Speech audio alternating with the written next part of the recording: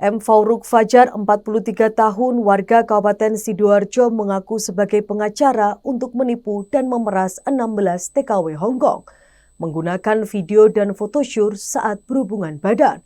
Bahkan dari belasan orang korban tersebut, 4 orang diantaranya telah dihamili oleh tersangka, hingga anak yang dikandungnya lahir dan kini telah berusia 6 hingga 7 tahun. Adapun 1 orang korban lainnya bahkan sedang mengandung namun keguguran. Direktur Ditreskrimsus Polda Jatim Kombes Pol Farman mengatakan tersangka mengaku kepada penyidik memiliki motif dendam dalam upaya menipu, memeras dan menyetubuhi para korbannya. Adapun beberapa tahun lalu tersangka mengaku pernah menjalin asmara serius dengan seorang wanita yang menjadi TKW di Hongkong. Namun kisah percintaan mereka kandas di tengah jalan.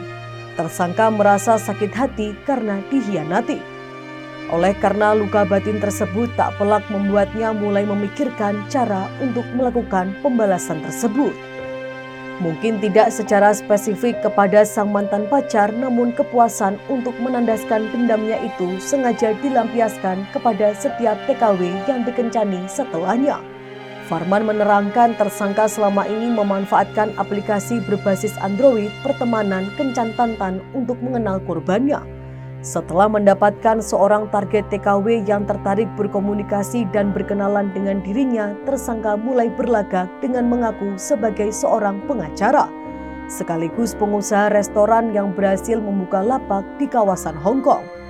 Korban yang terlanjur kepincut asmara semu yang ditawarkan tersangka tak kuasa menahan setiap ajakan dari tersangka. Adapun ternyata penyebab para korban akhirnya tetap menuruti ajakan untuk berhubungan badan karena si tersangka berjanji akan menikahi korban dan membesarkan anak yang dilahirkan kelak. Tersangka melakukan hubungan layaknya suami istri yang sah tersebut berlokasi di sebuah hotel kawasan Hongkong. Namun sebelum terbang berangkat menemui korbannya, Farman mengatakan si tersangka bakal berkenalan dan berkomunikasi dengan keluarga atau orang tua korban di kampung halaman. Tujuannya tak lain dan tak bukan meyakinkan pihak keluarga korban agar tak mencurigai siasat tipu daya yang akan segera dilancarkannya setelah bertemu korban di Hongkong nanti. Dengan akal-akalan, Farman mengatakan tersangka ingin menjalin hubungan percintaan serius yang akan berlanjut hingga menikahi korban. Saat melakukan hubungan intim dengan korban, tersangka mendokumentasikan setiap momen adegan ranjangnya dalam bentuk foto dan video menggunakan ponselnya. Ternyata dokumentasi konten shoot tersebut dimanfaatkan tersangka untuk memeras sang pacar atau korban tersebut. Farman mengungkapkan tersangka memanfaatkan foto atau video shoot tersebut untuk memaksa korban memberikan uang dalam jumlah besar. Tersangka meyakinkan korbannya uang tersebut akan digunakan sebagai modal usaha restoran miliknya. Terkadang tersangka juga beralasan uang tersebut digunakan untuk berobat orang tuanya yang sedang sakit. Lantaran korban merasa tak memiliki uang sebesar yang diminta oleh tersangka, ternyata kondisi tersebut membuat korban terpaksa mengajukan pinjaman uang.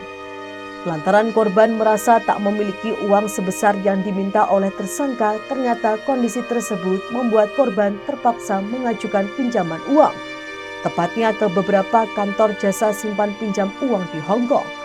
Bahkan berdasarkan catatan penyidik, ada beberapa korban yang terpaksa melakukan pengajuan pinjaman uang ke 7 kantor jasa simpan pinjam uang di Hongkong. Dengan nilai total pinjaman yang kini menjadi hitam sekitar 120 juta rupiah.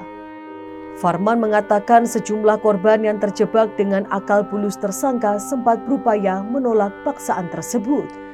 Namun penolakan yang dilakukan oleh korban akhirnya urung dilakukan saat si tersangka mengancam bakal menyebarkan foto dan video sur korban kepada pihak keluarga melalui pesan WhatsApp atau akun medsos lainnya menggunakan akun anonim.